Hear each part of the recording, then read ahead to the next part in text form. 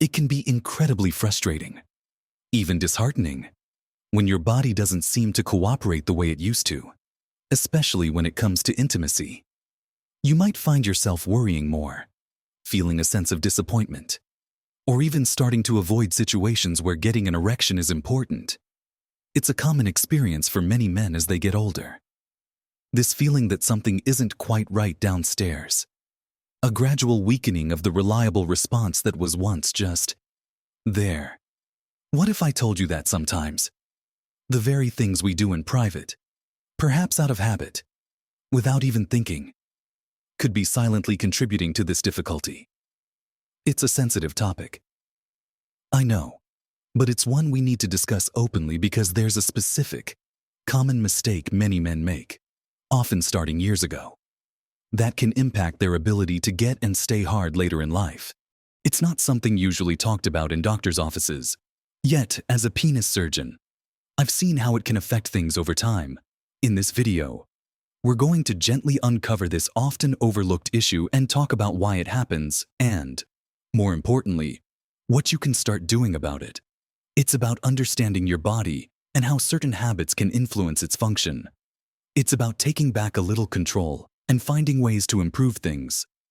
Stick with me, because watching to the end for something I'll share might completely change how you think about this. Now, let's talk about this quiet issue that can creep up on men. Something many might not even consider when thinking about why getting an erection is becoming more challenging. It often relates to how a man engages in solo sexual activity, or masturbation, over many years. Think about it for many decades. This might be a regular, private practice, and over that time, habits form. What happens for a lot of men is they develop a very specific, often high-pressure, high-speed technique. It might involve a very tight grip, a rapid back-and-forth motion, perhaps focusing intensely on reaching climax as quickly as possible, using lubrication or techniques that create a different kind of friction or sensation compared to what might be experienced during partnered intimacy. This isn't necessarily a problem in the short term, but when this becomes the primary way the body experiences sexual release, year after year, decade after decade, it can start to subtly alter how the nerves and tissues in the penis respond. You see, the nerves in the penis are incredibly sensitive. They are designed to respond to a wide range of sensations: touch, pressure, temperature changes, even psychological arousal. But when they are repeatedly exposed to the same intense, often overwhelming stimulus, a tight grip, fast pace, they can start to get, well, desensitized to anything less. It's like constantly shouting in someone's ear. Eventually, they might struggle to hear a normal speaking voice. The nerves get used to needing that extreme level of stimulation to trigger a full erection response. And here's where the difficulty arises: partnered sex, while wonderful and intimate, typically involves a different kind of stimulation. The touch is usually softer, the rhythm might be slower or varied, and there's a whole layer of emotional and physical interaction that's different from a solo act. If your nervous system has been trained for years to only fully respond to that specific, high-intensity solo technique, it can struggle to translate the sensations of partnered sex into a strong, reliable erection. You might find you can get an erection easily with your established solo method, but when you're with a partner, the same level of hardness or consistency just isn't there.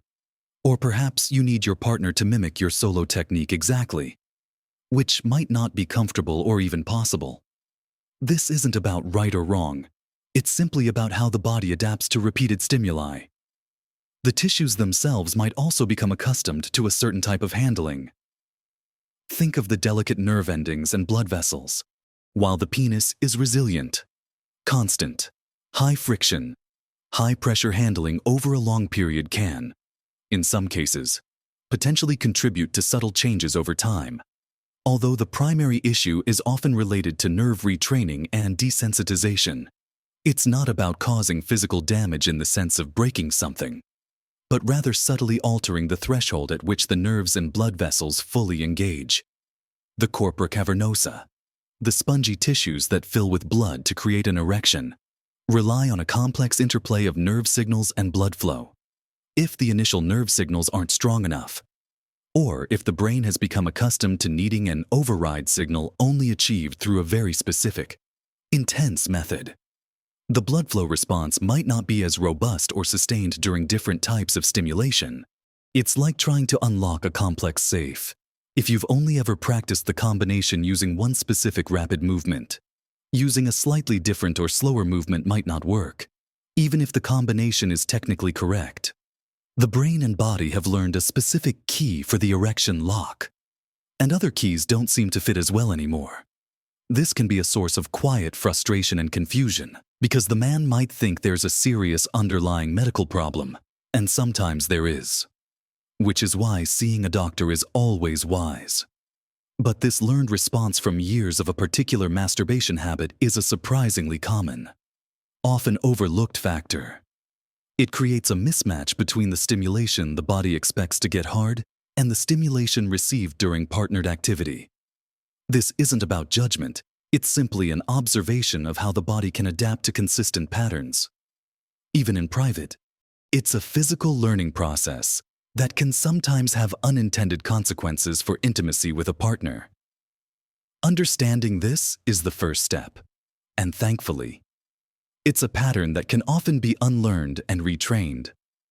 With patience and a willingness to try new approaches, this isn't a lost cause at all, but it does require a conscious effort to change long-standing habits. Now that we understand how this specific habit can create challenges, let's talk about how you can start to change things and retrain your body for better responses in all situations. So, the key here is to retrain the nervous system and the body to respond to a wider range of sensations, particularly those more akin to partnered intimacy. It's about gently recalibrating that erection threshold we talked about.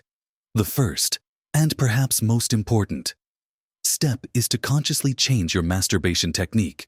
This might sound simple, but after years of doing things one way, it requires mindful effort. Start by reducing the pressure of your grip. If you typically use a very tight hold, try using a looser, more relaxed grip.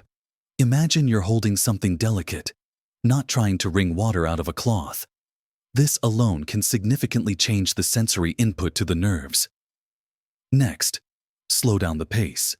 Instead of rapid, intense strokes, try slower, more deliberate movements. Vary the rhythm. Spend time exploring different speeds and pressures. The goal is not necessarily to reach climax as quickly as possible, but to explore sensation and arousal itself. Focus on the feeling, the subtle shifts in excitement, the warmth, the responsiveness of the tissue. It becomes less about a performance and more about a sensual exploration. Think of it like learning to appreciate the complex flavors in a meal rather than just wolfing it down quickly. You're teaching your body to respond to nuances again. Another technique to consider is changing the type of lubrication you use, or even trying without any at times, if that's possible and comfortable. Different lubricants create different levels of friction and sensation, and varying this can further broaden the range of stimuli your body responds to. If you've always used a very slick, silicone-based lubricant, try a water-based one, or experiment with less. Again, this is about introducing variety and moving away from that single, high-intensity stimulus. You might also try incorporating fantasy in a different way. Instead of relying solely on intense physical sensation, try focusing more on mental arousal, letting the physical stimulation be secondary or supporting. This helps to connect the psychological aspect of arousal with the physical response, which is crucial for partnered sex. It's about integrating the mind and body in the process. When practicing these new techniques, be patient with yourself. It might feel awkward or less immediately satisfying at first. That's normal. Your body and nervous system are literally learning a new way of responding. Don't get discouraged if you don't achieve the same level of hardness or climax intensity you're used to right away. The goal isn't necessarily to replicate the old experience, but to develop a new, healthier, and more versatile response. Consistency is key. Try to practice these new methods regularly. Over time, you are essentially retraining your nervous system. You are telling your brain and the nerves in your penis that they don't need that extreme, specific stimulus to get ready for action. You are teaching them to be more responsive to softer touch, varied pressure, and slower rhythms, the kinds of sensations more typical of intimacy with a partner. This isn't a quick fix. It's a gradual process of re-education for your body. It might take weeks or even months to notice a significant difference. But many men find that with consistent effort, their ability to achieve and maintain erections during partnered sex begins to improve as their nervous system becomes less reliant on the high-intensity stimulus they used for years. It requires mindfulness and a willingness to let go of old habits that might feel comfortable because they are familiar, but are actually hindering your sexual health in the long run. By making these conscious changes in your private habits, you're actively working to bridge the gap between solo and partnered experiences, making it easier for your body to respond naturally and reliably when it matters most. It's a journey, not a race. And every step you take in exploring these new techniques is a step towards improving your erectile function and enhancing your intimate life. Now, while addressing this specific habit is a powerful step, it's important to understand that erectile function is influenced by many factors, and making changes here works best when supported by overall good health practices. Think of it as one crucial piece of a larger puzzle. Blood flow, for instance, is absolutely vital for erections. The penis relies on healthy blood vessels expanding to fill with blood. So, anything that's good for your heart and circulation is good for your erections. This means looking at things like your diet. Are you eating plenty of fruits, vegetables, whole grains, and lean proteins, limiting processed foods? Excessive sugar and unhealthy fats can make a real difference to your vascular health over time, and that directly impacts your ability to get hard. Regular exercise is another cornerstone. Physical activity helps improve blood circulation throughout your body, including to the pelvic region. It helps manage weight, reduce stress, and improve overall cardiovascular health, all of which are beneficial for erectile function. You don't need to become a marathon runner. Even regular brisk walking, swimming, or cycling can have significant positive effects. Maintaining a healthy weight is also important because excess weight, particularly around the middle, can impact hormone levels and contribute to conditions like diabetes and heart disease, which are major risk factors for erectile difficulties. Stress management is also key. Chronic stress can flood your body with hormones that constrict blood vessels, making it harder to achieve and maintain an erection. Finding healthy ways to cope with stress, whether it's through mindfulness, meditation, hobbies, or spending time in nature, can have a positive ripple effect on your sexual health. And, of course, getting enough quality sleep is crucial for overall health and hormonal balance, which also plays a role. Pelvic floor exercises, often thought of for women, can also be beneficial for men. Strengthening these muscles can help improve blood flow and support erectile rigidity and control. Simple Kegel exercises, tightening the muscles you'd use to stop the flow of urine, practiced regularly, can be a valuable addition to your routine. Remember, correcting the long-standing masturbation habit is about retraining your nervous system's response. But these other health habits provide the best possible environment for that retraining to be successful. They ensure that when your nerves do send the right signals, your body is physically capable of responding with robust blood flow. It's a holistic approach.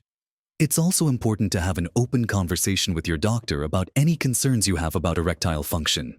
While habit is a common factor, sometimes there are underlying medical conditions like high blood pressure, high cholesterol, diabetes, or hormonal imbalances that need to be addressed medically. Your doctor can help identify any such issues and recommend appropriate treatment, which can work alongside the lifestyle changes we've discussed. Don't be embarrassed to bring it up. It's a common health issue, and doctors are there to help.